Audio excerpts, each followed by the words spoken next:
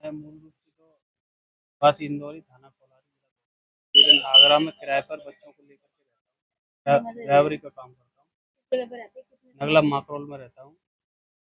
एक किराएदार और रहता था उसी में, कुशवा जी के मकान में था। 1 डेढ़ महीने रह पाया। किराए पे कमरा दिया उन्होंने, कह के दिया, लेकिन उसमें दुबक छुपक के और नीचे एक डी फेंक दी थी। तो मैंने फोटो भी खींच लिया था मोबाइल में और मना किया था। दारू पिए हुआ था, गाली गलौज की। उसको शिकायत करी, पुलिस उसे चौकी ले जा रही थी। तब वो चकमा देकर पुलिस से फिर जा रही थी।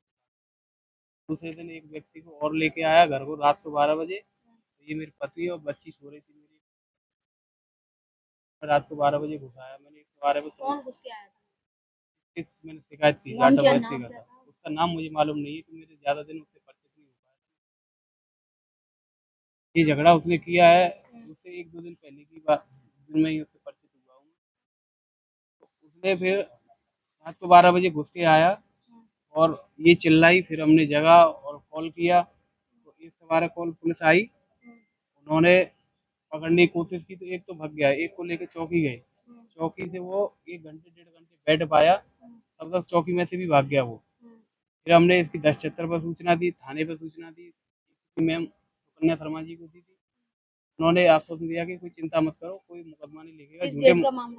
ये 1 तारीख का मामला था, हर रात को था 12 बजे का।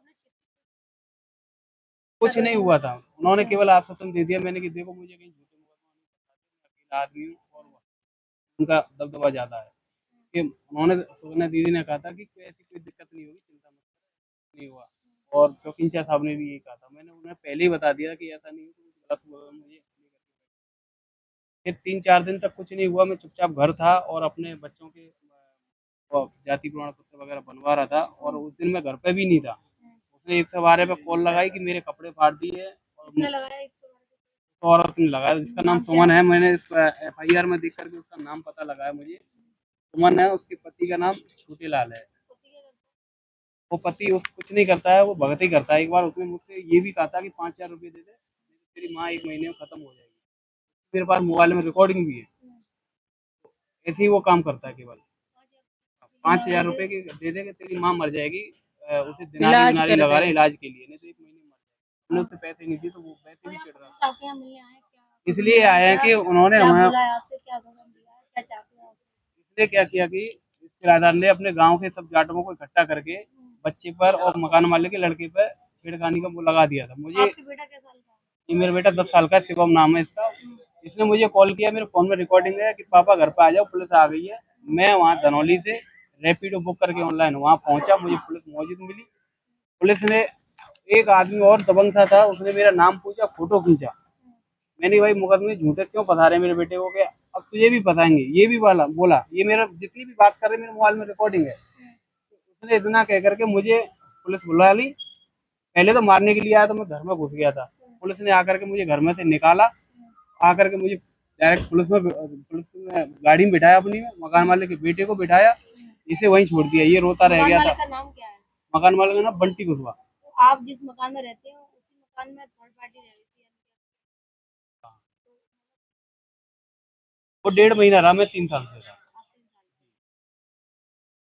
अब मैं, मेरे ये जैसे छोटा बेटा 7 साल का। फैमिली मेंबर कितने लोग हैं? वो तो कुछ 5 6 लोग थे। क्या करते हैं वो? उनके काम धंधे तो मैंने अभी तक जाते हुए देखा नहीं था कहीं पे। घर पे ही रहते थे वो। दारू वारू पीते थे। आपसे मिलने आए हैं, आप क्या आश्वासन मिला है? आश्वासन ये है कि देखो हमारे पे ये मुकदमा लिखा गया बिल्कुल झूठा है। 12 दिन से मैं घर में भूखा प्यासा, मतलब बड़ा बेचैन था, बहुत परेशान था। आज हम आज हम मरने वाले हैं। हम इसलिए दिखा रहे हैं कि ये हम सेलपोत की गोली लेके चल रहे हैं। आज हम मरने वाले थे, लेकिन आश्वासन दिया है कि जांच सही की जाएगी। अगर नहीं हुई जांच नहीं हुई तो हम इसका किसी से प्रचार प्रसार नहीं करेंगे। चुपचाप कमरे में हम पांचों के पांचों आ करके अपनी जीवन लीला समाप्त कर देंगे। क्योंकि मुकदमा पहले भी एक झूठा लिखा गया जिसमें मेरे पास सबूत थे, तो मैं बच गया और उसमें पुलिस ने राजीनामा करा दिया और ये भी लिख दिया। और एक बार और मैं इसे ही मुकदमे से बचने के लिए, मतलब माननीय मुख्यमंत्री जी के यहाँ गया तो उन्नाव से पुलिस ले आई और आत्महत्या का भी मुकदमा लिख दिया मेरे पर।